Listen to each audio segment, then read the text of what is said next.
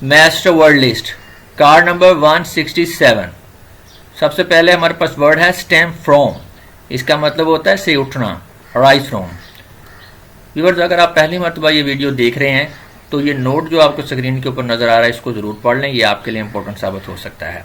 Next word है स्टाजी, जिसका मतलब होता है भारी और सकील, हद दर्जा दकियानूसी और बेलुत्फ यानी स्टफी, बोरिंगली कंजर्वेटिव। स्टल्टिफाई मजाका खेल या बेहुदा बनाना, की राह में हायल होना, की तरदीद करना, मायूस करना।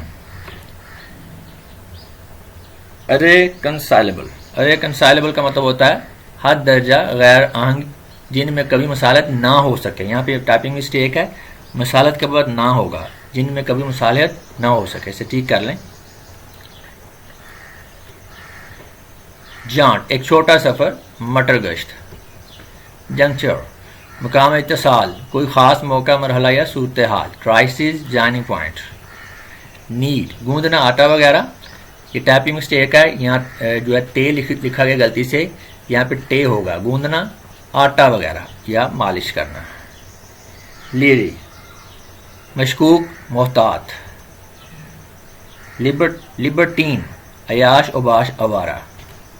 लल आरजी वक्फा या सुकून का लम्हा। Thank you.